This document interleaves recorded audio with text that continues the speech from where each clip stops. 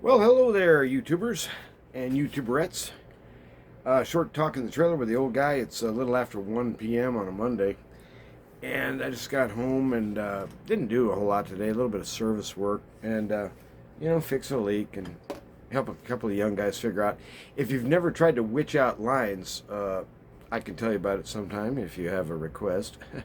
Like there's one watcher out there, maybe you go, "What are you talking about?" Anyway, when you have water lines run across the front yard, and the owner says, "Well, where are they?" And he has two mains because the house was originally so and so, and then there was a huge addition made to the right, which would be the east. Anyway, instead of them feeding through the house, they just ran a new main across the yard and backfilled through a silcock outdoors, and boom, you're in business. So anyway, probably chokes down their volume a little bit, but I don't think he cares. In fact, that's just sort of the other problem. Anyway, just kind of giving some guys some advice and stuff, and I thought, well, I'm going to stop on the way home and get a six-pack, even though I'm going to go. I went to that cowboy church yesterday, and I liked it pretty good. The pastor seemed like a straight-up dude, and there was a guy out front. I mean, he actually seemed to actually want to talk to me. I mean, how weird is that?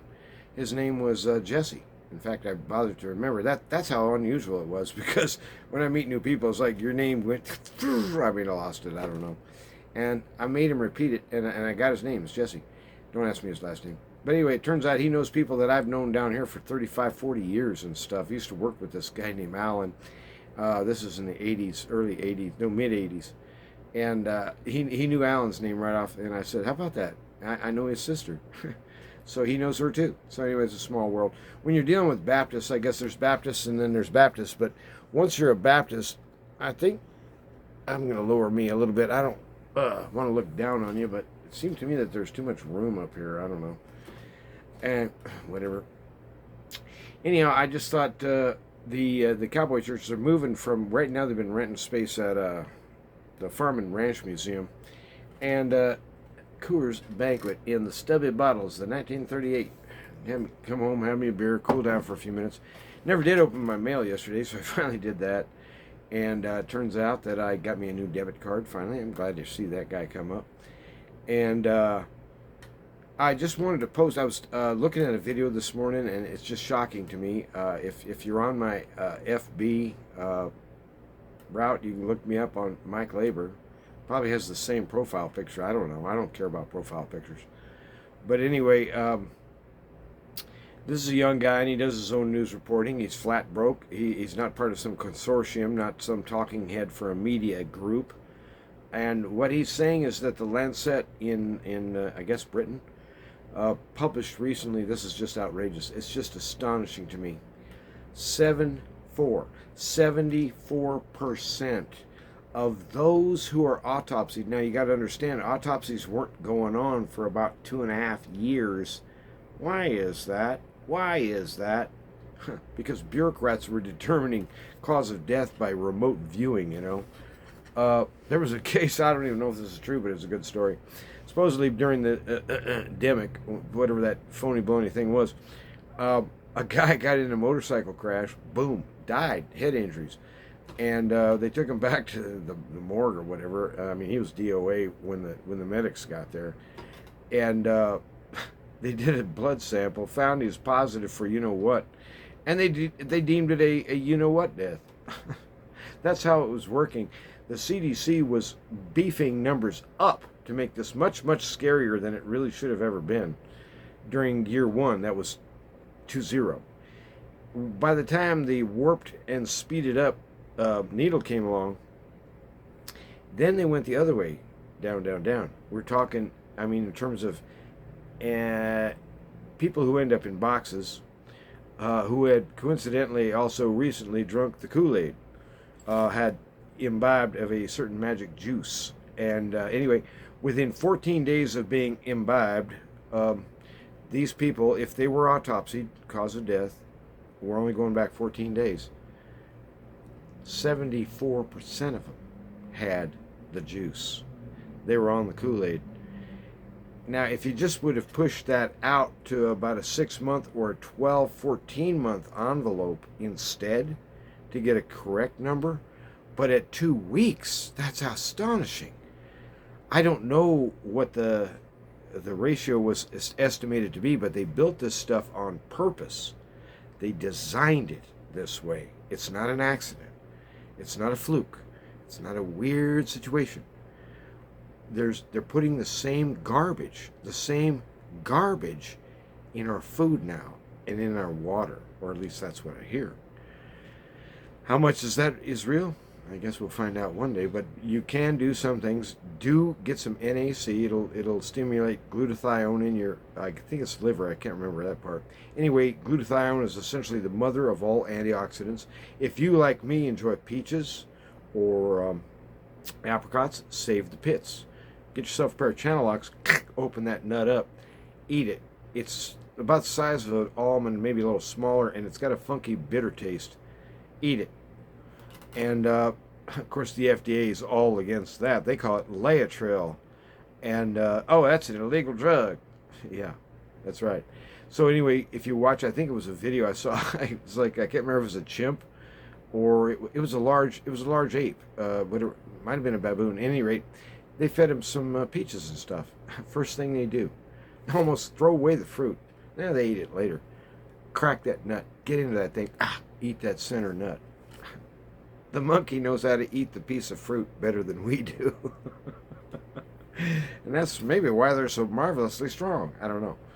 Anyway, I just wanted to mention that to you. And now it's a London Real vid, so maybe you can find it that way. I don't even know the young guy's name. Look me up on Facebook. I wish I knew how to do that stuff down below where I could link. I don't know how any of that stuff works, and I'm too old to find it out. So anyway, they're finding out, he's saying now that they're finding out there's babies. I said babies. That's the wiggle toes and cutie eyes and pooping all over the place. You know, I used to do that racket when I was quite a bit smaller. Babies being diagnosed with myocarditis. Heart issues. Hey, wait a minute. Are you gonna take your first steps, or are you gonna have a heart attack? That's what they're doing to babies? You sick bastards. And so anyway, of course, the algorithms herein are all in favor of this stuff, apparently, because they're covering for them 24/7. They are creating a shield. You can't get past the shield. Of course, people do get past the shield. That's how this tape is being made, except it's not a tape. It's funny to me that there is no actual artifact. There's not even a cassette tape. It's hard for me to grasp. I used to grow up playing 45 records, you know, when I was a little kid. I played my sister's records because I wasn't old enough to buy records. I was only 7. But I would listen to my sister, and you know, it was late 60s stuff. And so I don't know, maybe the Bee Gees or some, I don't know what them girls were listening to. Gosh, that's like 1965. But at any rate, it had an artifact. There was a disc. Well, now, the artifact here is essentially a string of ones and zeros. That's all there really is. And if somebody wants to do a deep fake and blend in original shots with faked shots, it's just a matter of rearranging the ones and the zeros. That's why you should love books. Go get you books that you love, that have meaning for you. You know, I like the Tolkien books. I just absolutely love Blaise Pascal. And Plotinus is good. St. Augustine, you got to have Augustine. Anyway, get yourself some books, some good books. The Bible, of course, in a translation that makes sense to you. But I think you want to find a translation that's also regarded as being close to the original text. And don't be afraid to use other translations. Sometimes you get help out of that way. But what I mean is, with all these ones and zeros, there are no artifacts anymore. And so everything can be faked. I mean, how do you even know I'm a human being? How do you know I'm not being generated by an AI right now? Well, there's tips, there's hints, there's this.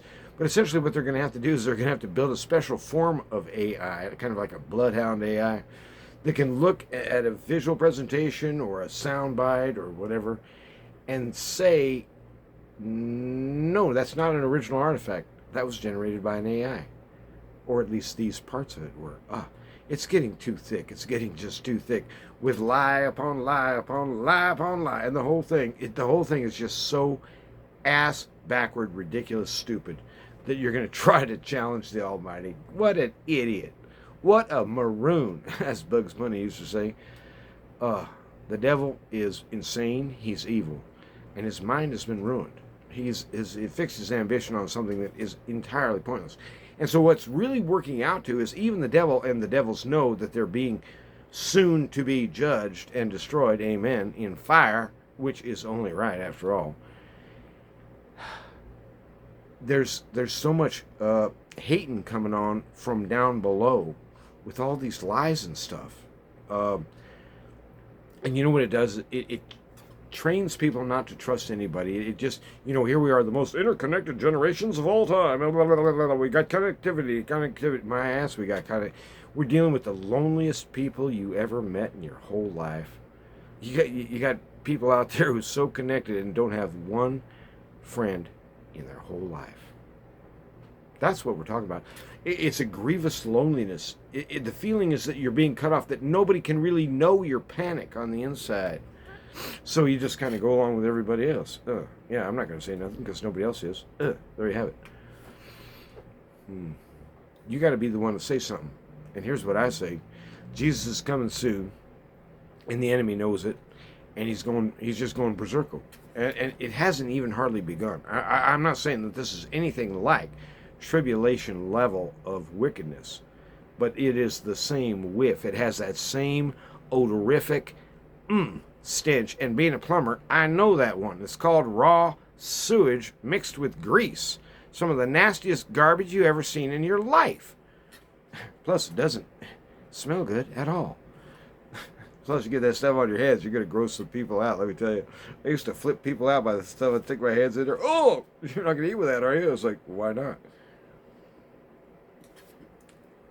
But when you think about it, what you need is immunity in your system, because what they're trying to do is they're trying to break you down into an autoimmune response so that you become sick and weak. Sick and weak. Why do you become sick and weak? How does that benefit them? Because now you become a perpetual lifetime customer of the repair. We come up with a Band-Aid, see, that covers up some of the symptoms, but then it creates all new symptoms, which make you crazy too. So we got another Band-Aid for that too. It's a pharma tyranny. I guess we have to coin a new word, a meritocracy or something like that. It's a medical tyranny that's run by drug cartels. I don't know why people don't see this, but at any rate, the hundreds of thousands of families in the U.S. alone, and I think now multiples of millions of people around the world who've died. I said dead, DOA, directly because a warped, speeded up, bent needle took them out, and nobody's paying, and there are no juries, and there are no hearings, and there is no plan to help the people with, like we were talking about earlier, antioxidants. You need vitamin C. Get vitamin C. Get vitamin D. Get zinc. Get echinacea. Your system, your immune system is strong, and you can do things to strengthen it. You can do things to help make it more resilient. And it would never be a bad idea to do that, would it? How could you lose by doing that? But you could win tremendously. And still, there's still the same insane talk out there that people like me, who looked at that needle and said, wait a minute, you guys never did the experiments, the 7 to 10 years on animals, with the double blinds and all that. None of that's been done. You're saying that I'm the test animal? No, not me, not this gringo. Well, there's more than one of me, thank God, I guess. And for various reasons, of course. And I believe there's a sense in which it could have been a Christian reason, too. We don't need to go there. All I'm saying is that if you have not, do not imbibe of that juice, no matter what they tell you. It's all lies. The truth of the matter is that the good Lord invented us with an onboard immune system, and I mean, it's kind of tough when you're around little kids. I mean, little scooters, kind of from really only like 6 or 8 months old up to about, 7 or something. Them poor kids, they got to go through everything. Chicken pox, whooping cough, measles, whatever. And they're trying to shrink that down so that they don't go through any of those, right? Like they're going to help the little kids. Yeah, no, you got to fight that stuff off. And your body gets stronger because of it. It's like when you bruise your hand, you cut the skin. Who wants that? That's uncomfortable. It's painful. But when it heals, it'll be strong. What don't kill you can make you stronger if you had got the attitude that says, I'm with it, let's play. But things are getting serious. Things are getting dark. And CDBCs are coming out, and what's going to happen is people like me, like in China, there are already people like me in China who can't get on a bus because when that guy presents his credit card to the bus driver, he says, no good. He can't go down to the store and buy a bag of beans because when he hands it to the cash register, same card or whatever he's got going on, I don't know what the token is. Sorry, your account's been closed. You can't buy here. Whatever. That's where we're going, folks. These evil bastards have not been even announced by the church, much less announced that justice shall come upon all evil, especially in high places. Those who practice murder and lies are known by the Maker, and he shall tread them down like grapes squashed. That's the picture in the Bible.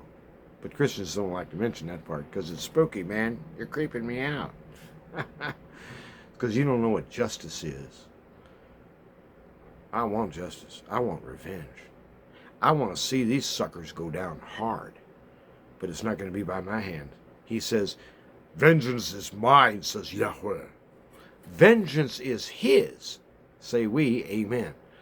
And I want to see that. I want to live long enough. It's my one ambition in life. I want to see Jesus come down here, take out that sword. In fact, John the Revelator says maybe the sword's in his mouth, and that would be awesome.